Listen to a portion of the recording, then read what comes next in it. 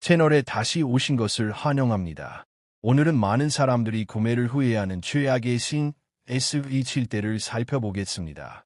7위, 닛산 패스파인더. 닛산 패스파인더. 닛산 패스파인더는 딱 보기에는 일 잘할 것 같은 SUV입니다. 하지만 막상 출근해서 일을 해야 할 순간이 오면 기대에 못 미치는 경우가 많죠.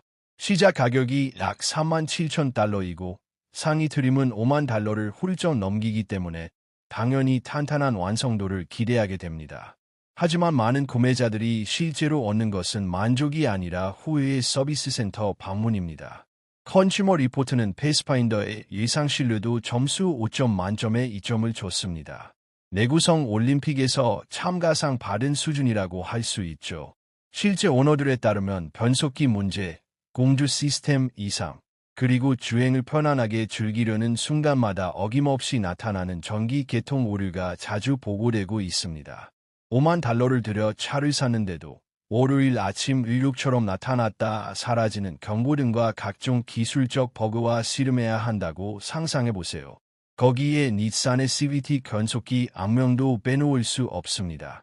패스파인더는 이제 CVT가 아닌 일반 자동 변속기를 사용한다고 하지만 과거의 트라우마는 여전히 오너들의 마음을 괴롭히고 있습니다.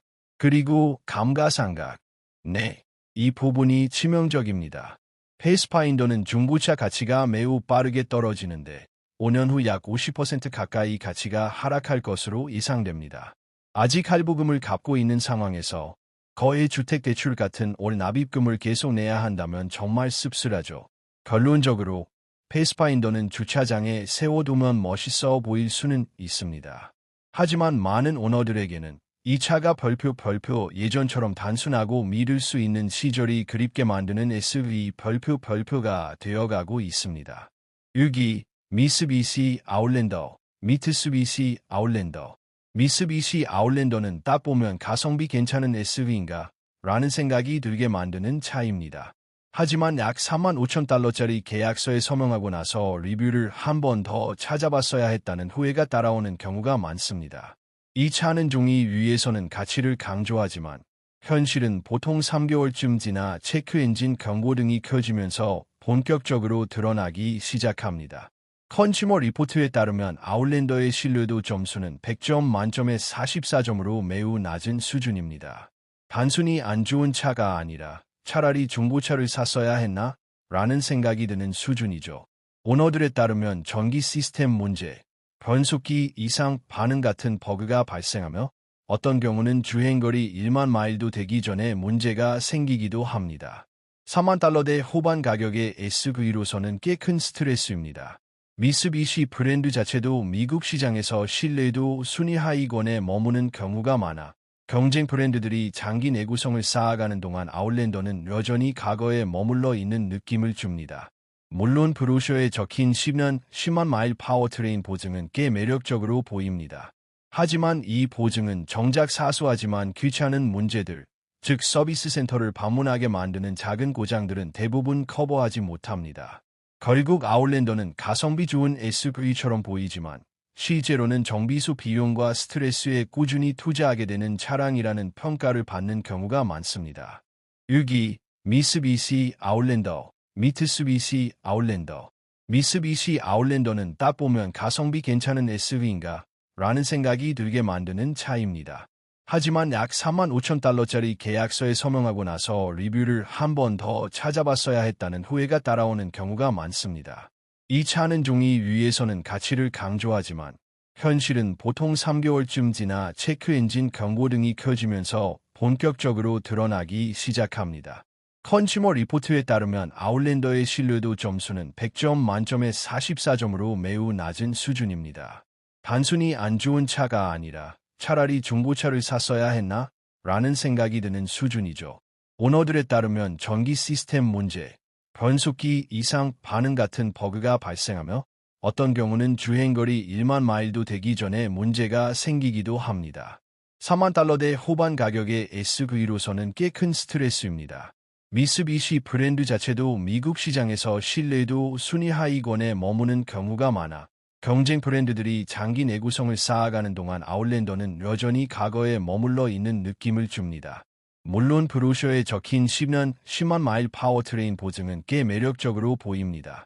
하지만 이 보증은 정작 사소하지만 귀찮은 문제들, 즉 서비스 센터를 방문하게 만드는 작은 고장들은 대부분 커버하지 못합니다.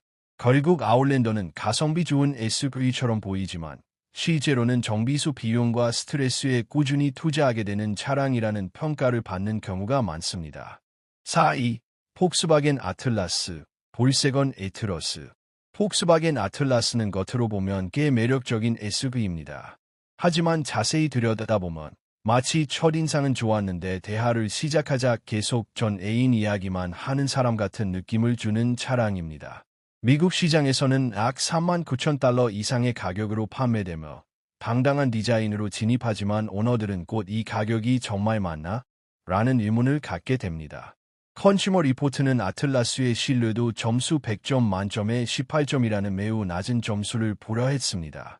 단순히 나쁜 차 수준이 아니라 이건 정말 멈춰야 한다에 가까운 평가입니다. 동급에서 최하위권에 속하는 점수죠. 문제는 고장과 수리 비용입니다. 오너들은 지속적인 전기 시스템 문제, 운전자 보조 기능 오류, 그리고 예상보다 훨씬 빨리 문제가 생기는 서스펜션 부품 이상 등을 보고하고 있습니다.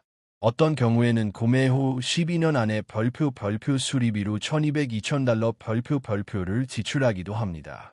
이건 마치 놀이공원 티켓을 전액 지불했는데 막상 가보니 절반 이상의 놀이기구가 정비 중인 것과 비슷한 경험입니다. 결국 아틀라스는 크기와 디자인에서는 존재감을 보여주지만 내부로 들어가면 지갑을 지속적으로 압박하는 신뢰성 문제 차량이라는 평가를 피하기 어렵습니다. 3위. 기아 소렌토. 기아 소렌토는 최근 몇 년 동안 상당히 주목을 받고 있는 SUV입니다. 하지만 항상 좋은 이유로만 화제가 되는 것은 아닙니다.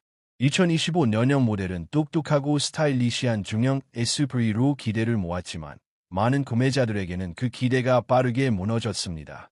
신뢰성 부분부터 문제가 시작됩니다. 컨슈머 리포트는 소렌토의 100점 만점에 45점의 신뢰도 점수를 부여했는데 4만 달러가 넘는 가족용 SUV를 구매한 사람들에게는 전혀 반가운 숫자가 아닙니다. 오너들 사이에서는 파워트레인 문제, 전기 시스템 오류, 그리고 출근 시간만 되면 나타나는 듯한 인포테인먼트 시스템 버그가 자주 보고되고 있습니다. 처음에는 유지비가 낮을 것이라 기대했지만 현실은 오히려 정비소와의 새로운 정기 구독 서비스처럼 느껴진다는 의견도 있습니다. 평균 연간 유지비는 약 750달러 이상으로 올라가고 있으며 일부 차량은 2년 차부터 경고등이 계속 켜졌다 꺼지는 문제를 겪고 있습니다. 변속기 이상, 배터리 방전, 센서 고장, 그리고 가끔씩 발생하는 소프트웨어 오류까지 더해지면서 일상적인 운전조차 예측 불가능한 경험이 되어버립니다. 감가상각도 문제입니다. 소렌토는 구매 후 1년 안에 약 23% 가까이 가치가 하락하는 것으로 알려져 있습니다. 결국 시장에는 더 잘 만들어지고 더 높은 평가를 받는 경쟁 SUV들이 많은 상황에서 소렌토는 좋은 딜인 줄 알았지만 결국 경고등과 수리비로 현실을 마주하게 되는 차라는 평가를 받고 있습니다. 2위. 스바루 아센트. 스바루 아센트는 약 4만 달러짜리 결정의 되돌리기 버튼이 있었으면 좋겠다는 생각이 들게 만드는 SUV입니다. 처음 등장했을 때는 스바루 특유의 아웃도어 감성과 함께 큰 SUV 시장에서도 통할 모델이라는 기대를 받았습니다. 하지만 실제 구매자들이 마주한 것은 전혀 다른 현실이었습니다. 컨슈머 리포트에 따르면 아센트의 예상 신뢰도 점수는 5점 만점에 2점으로 매우 낮습니다. 단순한 불운이 아니라 지속적인 문제 패턴에 가깝다는 평가입니다. 오너들은 변속기 문제, 전기 계통 오류, 그리고 품질 검수를 통과하지 못한 듯한 다양한 전자 시스템 문제를 보고하고 있습니다. 경고등이 예고 없이 켜졌다 꺼지는 현상도 자주 언급되며 마치 정해진 일정이 있는 것처럼 반복된다는 불만도 있습니다. 한때 스바루는 신뢰성으로 탄탄한 팬층을 확보한 브랜드였지만 아센트는 그 기대를 충분히 이어가지 못했다는 평가가 많습니다. 게다가 유지비도 만만치 않습니다. 브레이크 작업은 약 600달러 수준까지 올라가고 딜러에서의 기본 진단만 받아도 스캐너 연결 비용으로 $150가 청구되는 경우가 있습니다. 이렇게 되면 처음에 좋은 딜은 점점 조용한 비용 누적으로 바뀌게 됩니다. 많은 사람들은 사륜구동 시스템과 안전기술 때문에 안심하고 탈 수 있는 SUV를 기대했지만 실제로는 예측 불가능한 수리와 낮은 신뢰성 점수를 마주하게 됩니다. 결국 $40,000대 시장에서 강력한 경쟁자들이 많은 상황에서 아센트는 안정된 선택이라기보다는 운에 맡기는 선택에 더 가까운 SUV라는 평가를 받고 있습니다. 1위, 지프 그랜드 체로키. 지프 그랜드 체로키. 지프 그랜드 체로키는 보기에는 꿈의 SUV처럼 느껴질 수 있지만 미국 전역의 많은 구매자들에게는 빠르게 $45,000짜리 후회로 바뀌고 있습니다. 먼저 숫자부터 보면 컨슈머 리포트에 따르면 2024년형 그랜드 체로키의 예상 신뢰도 점수는 100점 만점에 27점입니다. 오타가 아닙니다. 27점은 사실상 매우 낮은 수준으로 라스베이거스 슬롯머신보다도 예측이 어렵다는 표현이 나올 정도입니다. 이 문제는 특정 연식에만 국한되지 않습니다. 최근 몇 년간의 신뢰도 점수 역시 크게 개선되지 않았고 전체적으로 지속적인 기계적 문제 패턴이 이어지고 있습니다. 오너들 사이에서는 전자 시스템 오류, 그리고 주행거리 15,000마일도 채 되기 전에 발생하는 변속기 문제까지 보고되고 있습니다. 수리 비용도 만만치 않습니다. 고장난 인포테인먼트 시스템 교체에는 $1,200 이상, 변속기 관련 수리는 경우에 따라 $3,000 이상이 드는 사례도 있습니다. 여기에 각종 전기 개통 문제까지 더해지면서 차량 경고등이 한꺼번에 켜지는 경우도 있습니다. 런비 역시 아쉬운 부분입니다. 복합 런비가 약 21갤런당 마일 갤런 수준으로 유지비 부담을 더 크게 만드는 요소 중 하나입니다. 결과적으로 지프 그랜드 체로키는 도로 위에서 시선을 끄는 SUV이지만 많은 오너들에게는 시간이 지날수록 스트레스와 수리비가 쌓이는 차량으로 남는 경우가 많습니다. 그리고 이것으로 오늘 영상은 끝입니다. 시청해 주셔서 감사합니다. 다음 영상도 기대해 주세요. 좋아요와 구독도 잊지 마세요. 엄지손가락을 위로.